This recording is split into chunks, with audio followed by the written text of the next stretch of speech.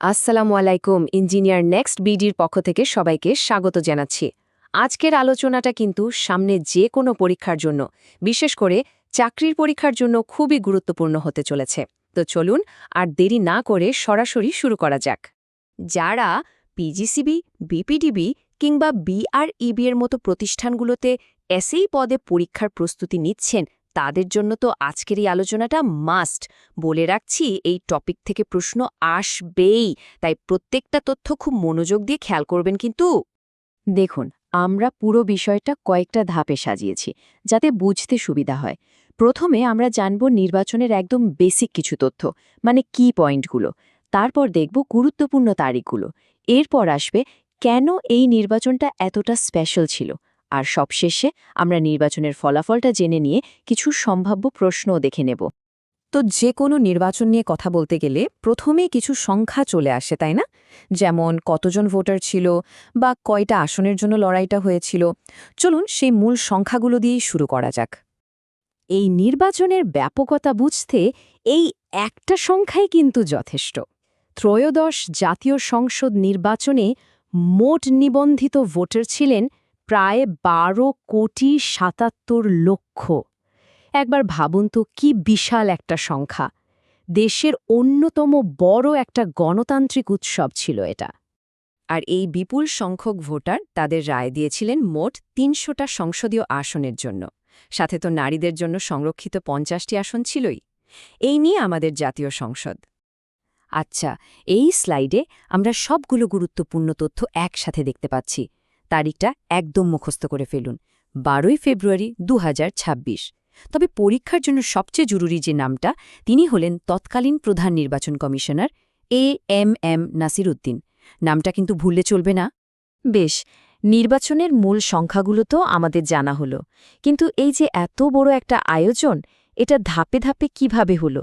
চলুন এখন আমরা এর পুরো টাইমলাইনটা এক নজরে দেখে নিই। এই যে টাইমলাইনটা, এটা পুরো প্রক্রিয়াটাকে একটা ছবির মতো পরিষ্কার করে দিচ্ছে।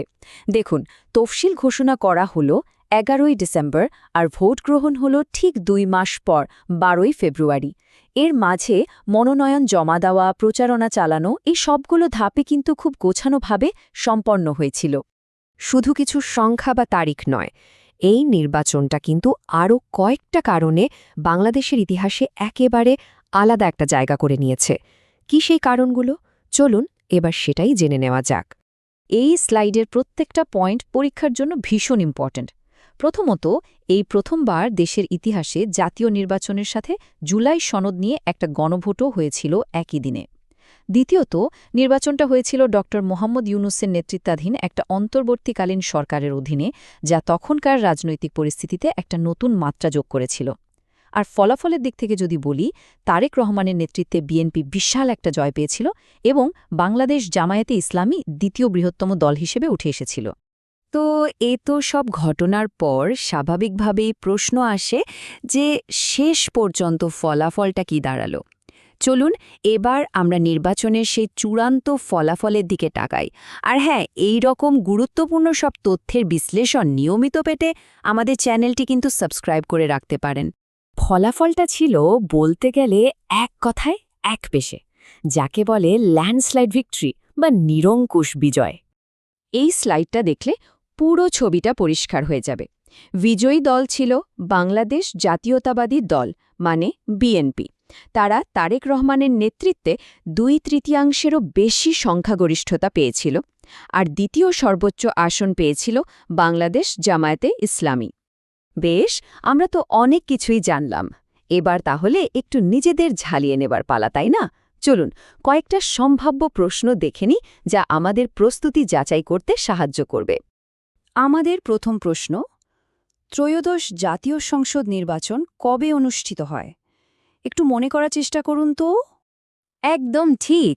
সঠিক উত্তর হল ১২ই ফেব্রুয়ারি ২০২৬। আশা করি এটা সবারই মনে আছে। এবার দ্বিতীয় প্রশ্ন, এই নির্বাচনের প্রধান নির্বাচন কমিশনার কে ছিলেন? এটা কিন্তু খুবই গুরুত্বপূর্ণ একটা প্রশ্ন। হ্যাঁ, সঠিক উত্তর এএমএম নাসির উদ্দিন। আর আমাদের শেষ প্রশ্ন, নির্বাচনে কোন দল নিরঙ্কুশ বিজয় লাভ করেছিল? উত্তরটা হলো বিএনপি, অর্থাৎ বাংলাদেশ জাতীয়তাবাদী দল।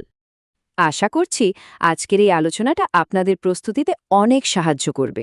মনে রাখতে হবে, সঠিক তথ্য আর গোছানো প্রস্তুতি কিন্তু ভালো ক্যারিয়ার গড়ার মূল ভিত্তি। আমাদের সাথে থাকুন, শিখতে থাকুন এবং নিজের লক্ষ্যের দিকে এগিয়ে যান। পরীক্ষার প্রস্তুতির জন্য এরকম আরও কন্টেন্ট পেতে হলে অবশ্যই আমাদের ইঞ্জিনিয়ার নেক্সট বিডি চ্যানেলটি সাবস্ক্রাইব করে বেল আইকনটা প্রেস করে রাখবেন। আর প্রস্তুতির জন্য দরকারি সব বইপত্রের জন্য কিন্তু আপনারা আমাদের ইঞ্জিনিয়ার নেক্সট শপ ভিজিট করতে পারেন। তাহলে আজকের মতো এখানেই শেষ করছি। সবার জন্য অনেক অনেক শুভকামনা। আসসালামু আলাইকুম।